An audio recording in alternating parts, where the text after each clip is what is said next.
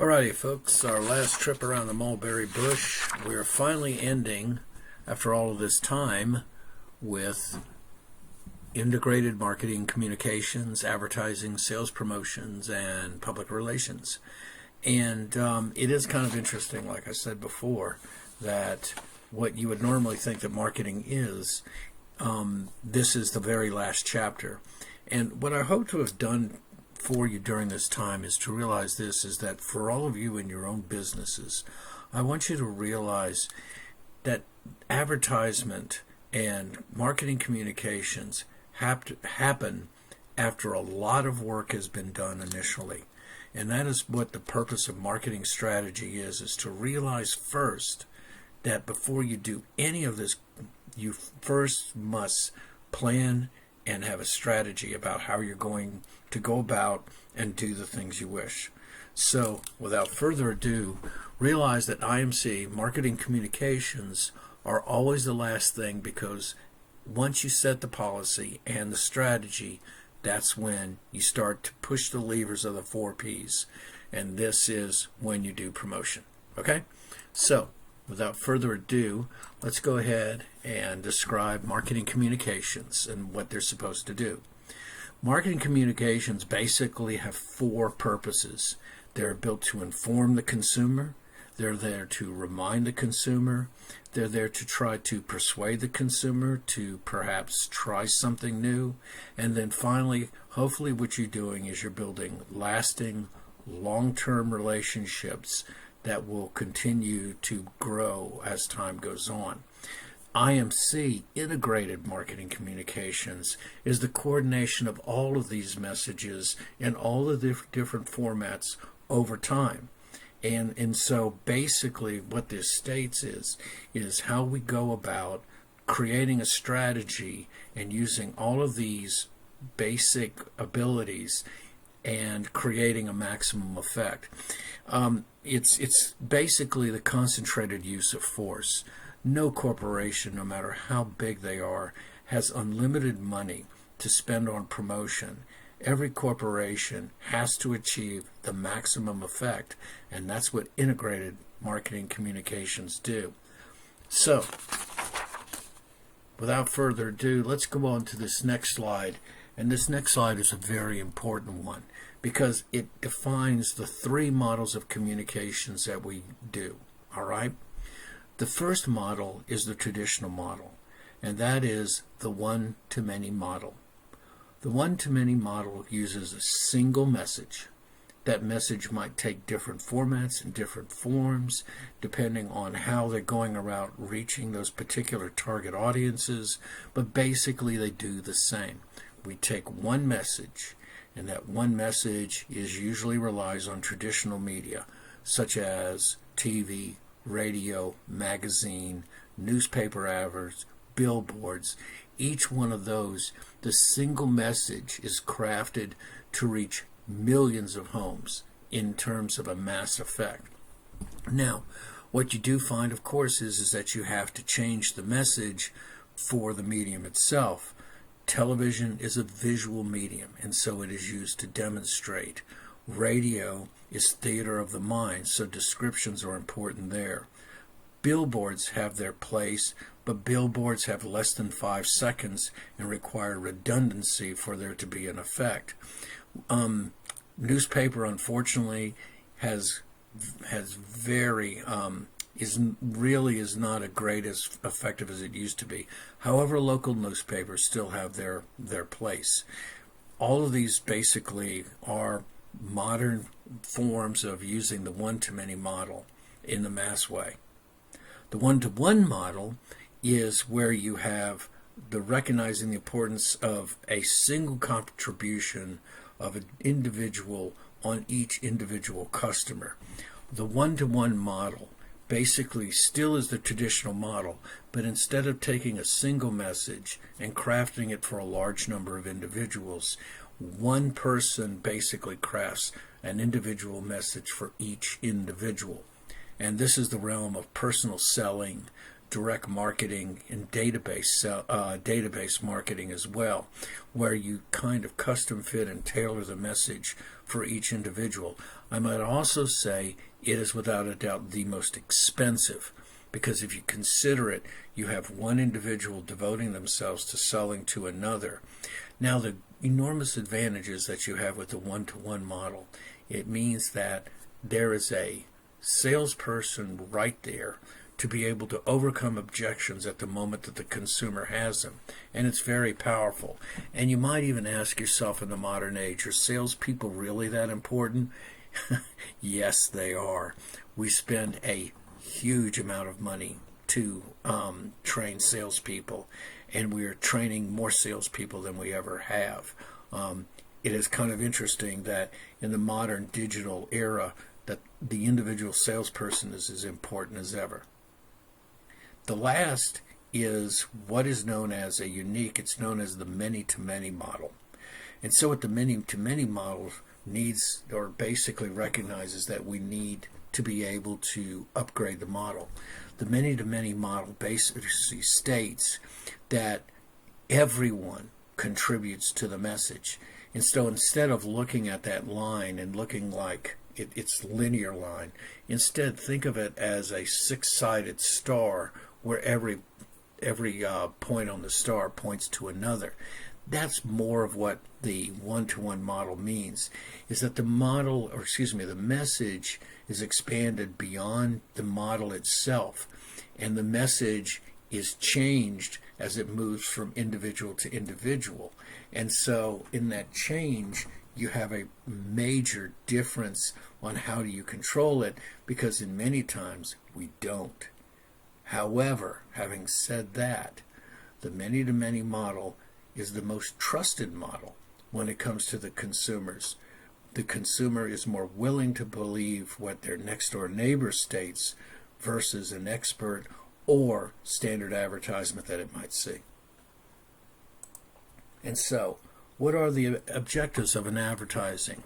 Well, if it's a new product, a product that's just come out, you might find that education and recognition are the two most important factors.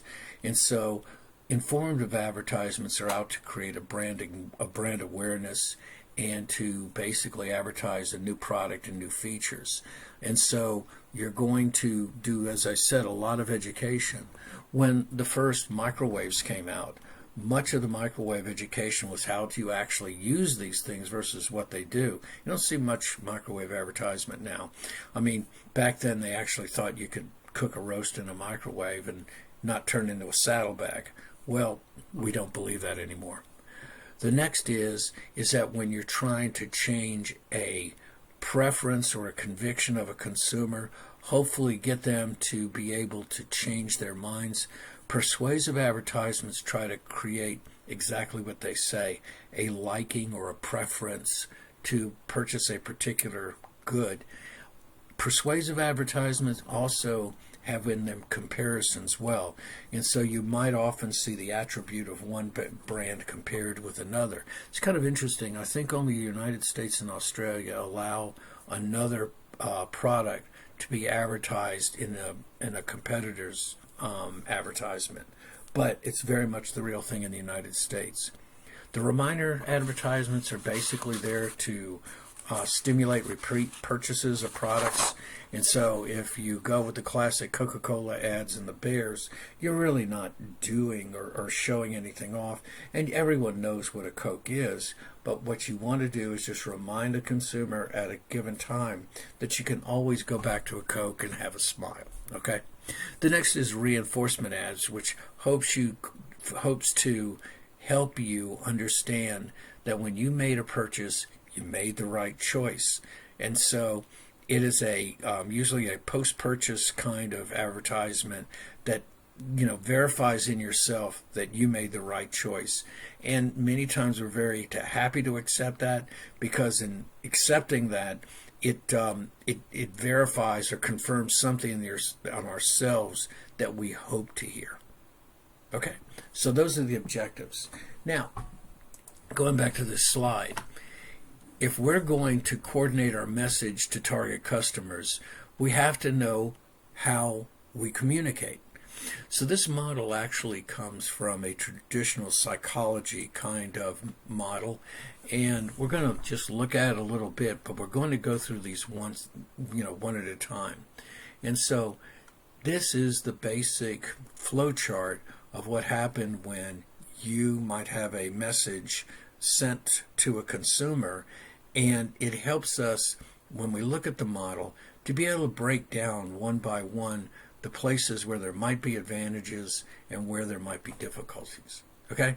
So, first what we have is the source, or the organization that is creating the message.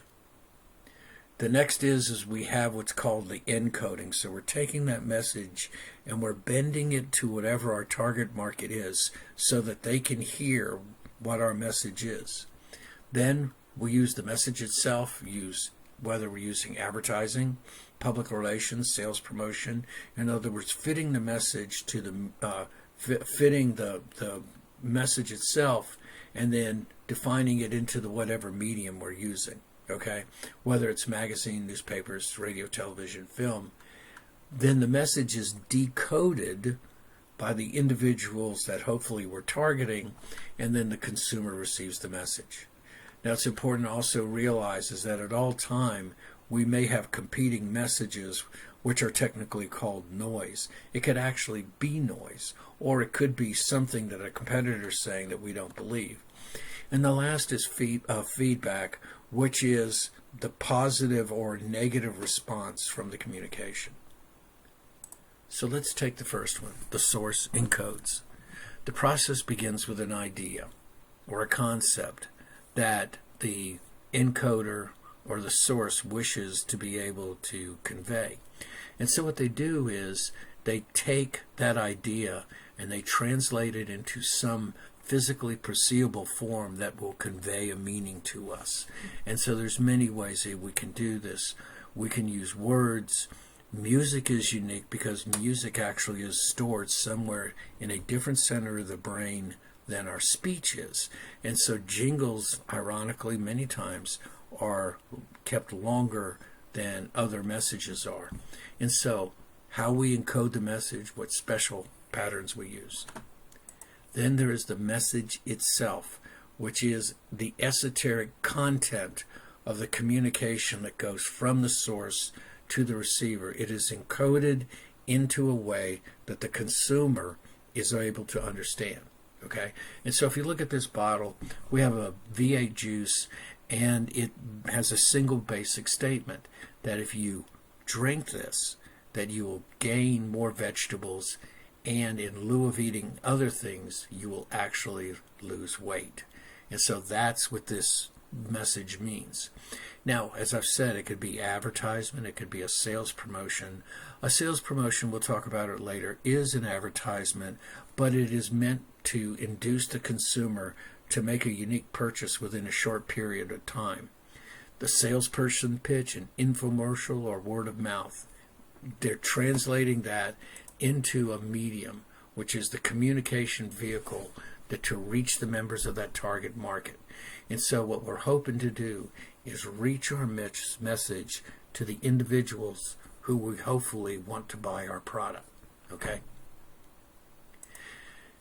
Now, once it reaches the individual, the receiver has to decode the message. And in order for the receiver to decode the message, it is absolutely vital that they have a frame of reference that the consumer understands. So in order for effective decoding to occur, the source must understand what the receiver and the source must share a common frame of reference. And so this is kind of interesting. I use this exact same frame here for one of my classes nearly a decade ago. I was at a Jesuit school in Mobile called Spring Hill, and there were two Vietnamese Catholic nuns, sisters, and they're very young, and they looked at that and said, "What does that mean?" And if you didn't understand that the white flag meant surrender, then you would have no idea the context of what the message was. You would just look at this pile of whatever on the ground with this white flag running up, and you don't know what it means. It is important to understand the receiver must understand the meaning of what that symbol is, otherwise there is no communication. Now, having said that, they may also acknowledge that there is noise or something that interferes with the communication that can block the message. And so we have to make sure that competing messages, even noise itself, is not there to damage the overall effect. Now, to complete the loop, you must always have feedback. The feedback could be in the form of someone purchasing a product, either a product or a positive reference to that particular product. That might be another way that you might possibly have some confirmation of that. Okay, so when we get together all of these different programs and all of these different ways that we can communicate, then basically what you have is you have what's called a promotion mix, and that's all of the communication elements that come into which a marketer can control. And so, as I said, in the one-to-many communication, you're looking at advertising, sales promotion, public relations. In the one-to-one model, you're looking at personal selling, direct marketing, and in the many-to-many, you're looking at social media in all of its respects. Now, there's a key to this particular line, and it's important to understand it, okay? The line goes from high to low, and it is the extent in which a marketer has control over communication. This also means when the message is transmitted from receiver to receiver, and the receivers, in essence, change the message to fit a different way of talking, at least, okay? And so what this says is that the control of the communication happens the most at the one-to-many model. And so a single message is broadcast across the mass media, and the marketer has much more control over how that message is crafted. Now, somewhere in the middle, you'll notice personal selling and direct marketing.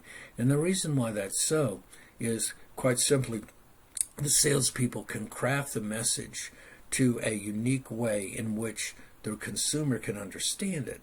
But the difficulty with that is also losing the message in the translation. All right?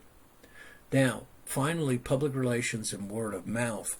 Word of mouth has the lowest control of communication because it basically resolves itself on how a consumer translates the message. Now, there's one other part of this line that you can't see, and I want you to know it, and that is where the the low starts in lower left and ends in upper right, and that is the consumer's perception of trust. In other words, a consumer trusts advertising the least, and they trust word of mouth the most. And so what does that mean? It means the less control over the message, the more likely a consumer is to think that the message is valid, because the company is not trying to transmit that message. The consumers are transmitting that message in and of itself. All right, now, so to be able to encode the message, we have to design the message in a unique way so that consumers can understand what the message is. And so we have to be creative in the way that we can give this message, and the message is basically created using 4 concepts: the appeals, the formats, the tonality, and other tactics. Each one of these 4 elements of advertising is how we go about encoding the message so that the message is understood by our consumers. So the first is the execution format. And this describes the basic structure of the message. And so common formats include these. They include comparison advertisings between two different products. They are demonstrations which demonstrate those goods against other products, and even to show those products in action. There's the ability to create like a 30-second movie in which you tell the story with a beginning, middle, and end. And those are examples. Examples is like a father who looks at his daughter who's about to go driving and sees his 6-year-old daughter in her travails to become a responsible adult, and tells her to be careful. And of course she says, "Daddy, I'm not a little girl." And in his eyes, of course, he sees her as a little girl. A testimonial is a celebrity or an expert, a man in the street who swears the product's effectiveness. You could also have a celebrity endorser on this. Testimonials are always thought to have been very, once again, very trustworthy, because they usually are from some significant slice of life, and they make a lot of sense. Sears, with their Die-Hard batteries, did a lot of testimonials, and it worked quite well. Slice of life basically are dramatized scenes from everyday life. So like headache remedies, you're feeling good about yourself, to show that new people actually buy them. And then the last is a lifestyle setting, where a person shows someone in a appealing setting and the advertised product is just part of the scene. There's no one who does this more than beer commercials. And so any beer commercial will never tell, well, they might tell you how good the beer tastes, but generally it's always going to be in reference to basically it being as part of an acceptable lifestyle. Now I realized that I had jumped to formats, so I wanted to say something about the appeals, okay? The appeal is the central idea of the ad and the basis for the advertising message, okay? It is the central idea of the ad and the basis for the advertising messages. And so these 4 possibilities of the appeal: it can be a rational argument in which you logically state the appeal based upon some unique selling proposition, and it is a clear, single-minded reason why this product is better than others. Okay? Unique selling proposition. That is the rational approach. It is a clear, single-minded reason why the advertiser's product is better. However, it doesn't mean that all rational considerations are the best. Emotional appeals, especially when those goods are sold for reasons to support love or safety or fear. And so certainly engagement rings are one of those. Houses, especially with insurance, are another reason why. All of those are ways in which we need to satisfy some psychological need. And then the reminder advertisements or teasers are basically ads that generate a curiosity about a soon to be introduced new product. And of course, anybody who has ever gone to a movie on time has always shown up 15 minutes too early, because they got about 15 minutes of trailers that you've got to do. Okay? All right, so we talked about execution format. Let's talk about tonality. Tonality refers to the mood and the attitude the message conveys. And usually what these tonalities are developed especially to be able to drive the message. So if the ad is going to be informative, generally they'll be straightforward. You want to be able to give a message of sincerity, especially when it is something like that, where it is a rational ad, okay? And of course, humor. Everybody thinks they're the funniest guy in the room. And if there's anything that has been done to death, it is humor. Now, having said that, if the message tends to be one to inform or also that hopefully what you're doing is building name recognition, then perhaps that's a good reason why to do humor. Because the truth is that humor, you remember this, we've studied this, you remember the humor, it makes you laugh.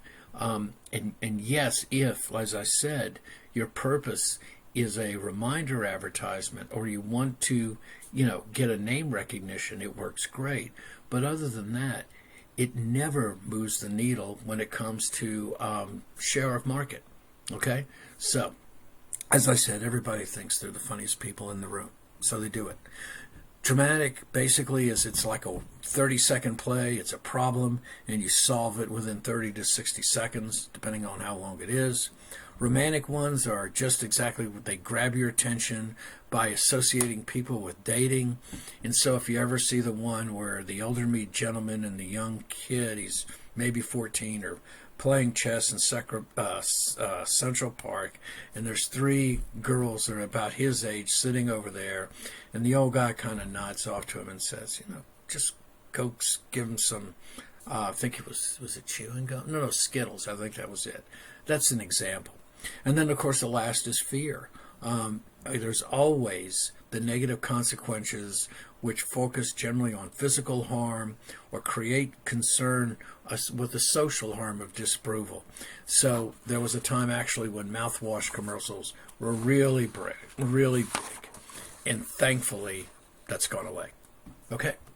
All right, so those are the creative elements of advertising. Let me also add the creative tactics and techniques. As I've said before, animation and art are huge, and the music and jingles are very, very big. We store music in a different place in our brain, and it's kind of interesting. The oldest languages that humanity knows of usually were tonal in nature, and there's always been this speculation that before man could speak, man sang. And so any of the oldest languages, whichever ones you wish to name, are tonal in quality. And so we store music longer. And so if I were to talk about, I've always, if I wish I were an Oscar Mayer Wiener, you're finishing the lyrics in your head because you remember those so well. Okay? Now, just one more point about before we move on, is that it's important to understand that legally, an advertiser cannot or must not make a false claim in which they themselves know that they're not telling the truth. Now, the difficulty with that, of course, is that it's so hard to describe it or explain it. However, what they will do, what the FCC will do, is they will give you a cease and desist, even if it is close. Okay, so you must not do that. You must not give false demonstrations, and you must not create ads with the capacity to deceive. And there's always that line between what is false and what is misleading, and where do you cross the line. And we'll be debating that for the rest of our lives, okay? Now, one of the things about choosing media is how do we go about reaching the consumers we wish and doing that in a cost-effective manner.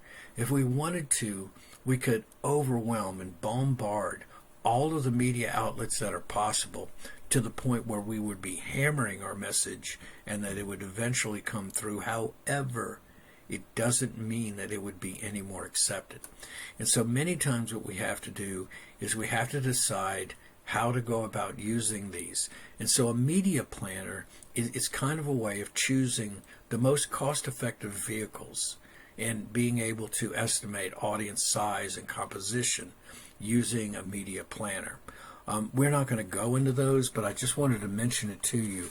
And know also that planning, how to use media, depends a lot on your particular strategy. And so I'm not going to get too much into the top rows. I'm not going to worry about level, rising, falling, and alternating. But I want you to understand what a concentrated advertising is, a continuous advertising, and then ultimately an intermittent advertising. Okay, and so a concentrated advertising is also known as burst advertisement. You burst out there and you give it constantly as long as you can. Okay, I should say that's continuous. Concentrated is an enormous boost of advertising for a certain amount of time, and then it immediately backs down.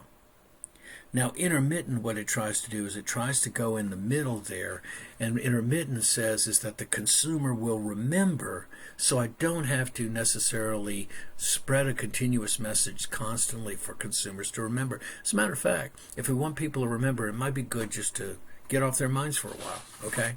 And so those are some of the ways that we can plan advertising, okay? So that is advertising. All right, advertising usually takes the long view. It's built around a message, and that message is continuously planned out. And what you're hoping to do is build long-term relationships where consumers are around a lot of time. Sales promotion, as I said, is much different. These are tools that create incentives, especially in the short term, that are designed to stimulate a quicker purchase in a short period of time. Now, do they work? Absolutely they work. They work great.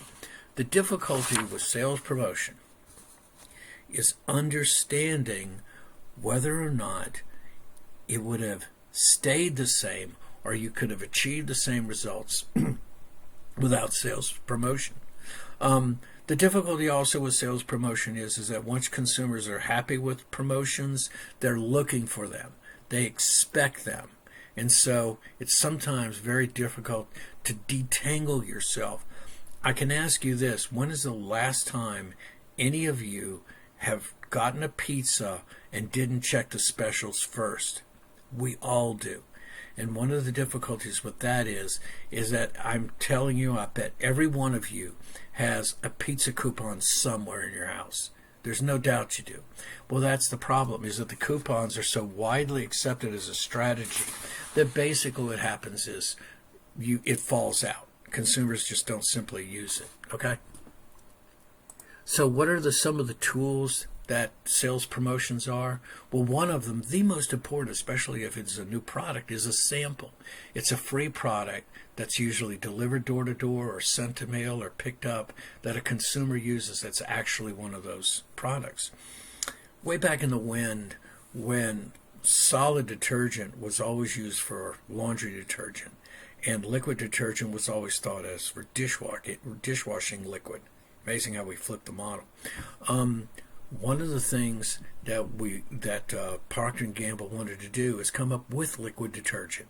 But the problem was that the initial perception was that consumers always considered that dishwashing liquid was liquid and that detergent was always solid. Well, we had this change in the 70s where we realized that we had some things that were not good, that we were putting into the ground, phosphates and those kind of things. So we started to change formulas, and people were kind of being a little bit more enlightened about what they were going to use. And Gain came out from Procter & Gamble, and they went in a liquid form, and they wanted to hit it big. I remember this. In 1980, they gave out 60 million bottles of Gain 2 usage sizes.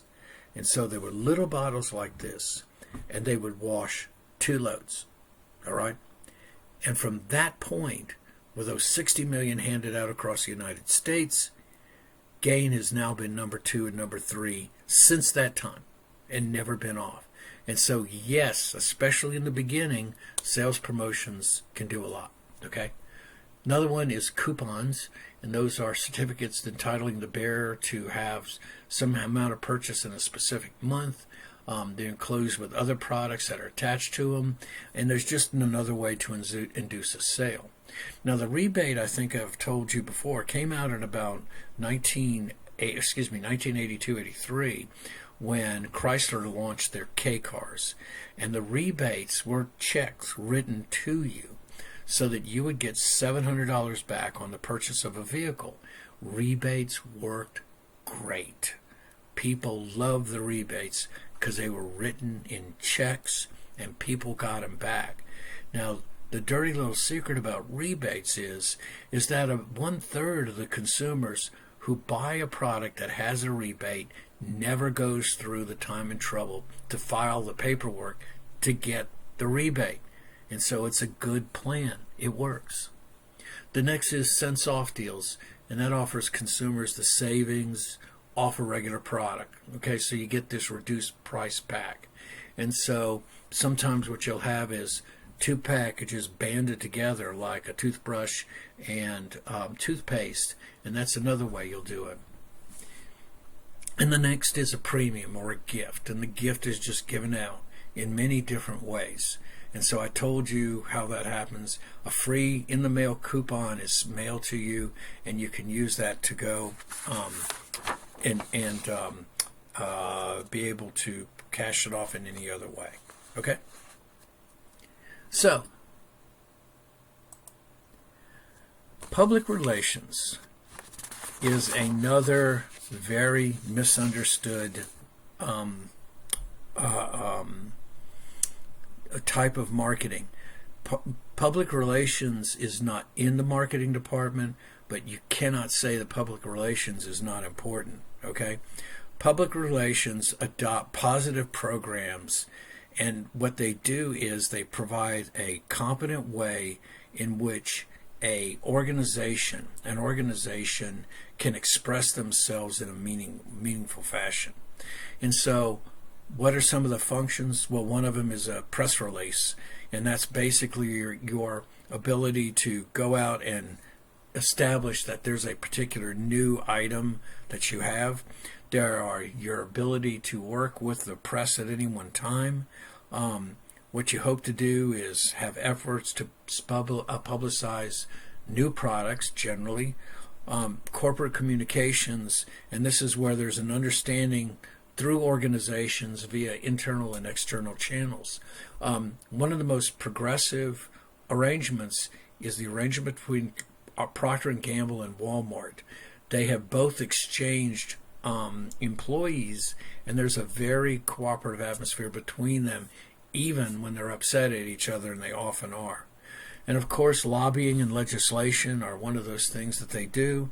And then their ability to counsel or advise management on the best way that they can express, and especially for the common good. Okay? So, what are some of the things that public relations do? The first thing that they might do is they may launch a new product. And so any new product that might come out, they will accompany it. If you've ever seen the infomercials on the Home Shopping Network, there are a lot of these individuals that are doing PR work for these particular items. When you reposition a mature product, basically what you're doing is you're giving it a new spin. And so in the 70s, you had the classic I Love New York, and that was one of the ways that they did it.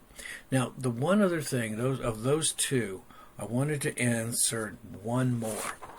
And that is defending problems and building corporate image. There's no doubt about it that in terms of marketing, public relations may be the single most important source of news from a corporation. Many PR have been bad, and some have saved corporations. So in the mid-'80s, we had what was called the Tylenol poisoning. And there were individuals that were in Chicago or in Illinois that were dying who were taking Tylenol that was laced with poison.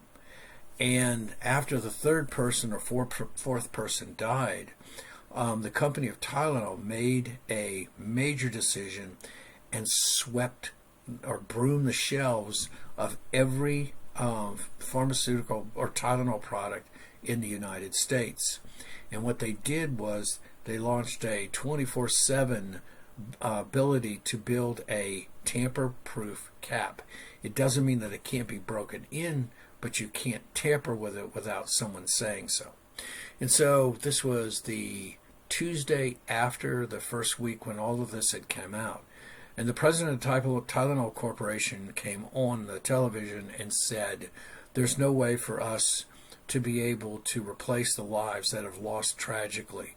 The only thing that we can do is to do our best to make sure it never happens again. And so the CEO introduced the triple sealed cap. And so it had a locking mechanism on it. It had a seal on the inside where you would get out the Tylenol, and then a major seal across the top. And the CEO explained it, and then he said, I call upon all other pharmaceutical corporations to, how did he put it, to perform in the same dedicated manner so that no consumer is ever threatened with such a thought again. And immediately what he had done was he had put the onus on all the other manufacturers and forced them to comply as well. And so they didn't take a hit as much as the entire industry took a hit. And so every corporation, public relations are key, especially when it comes to disaster management. Okay? All right, folks, we are at the end. And I appreciate very much all that you have done. I wish I could have made this a little bit better situation. I hope that I've not made it too difficult for you. And I really want you to carry some of this back with you.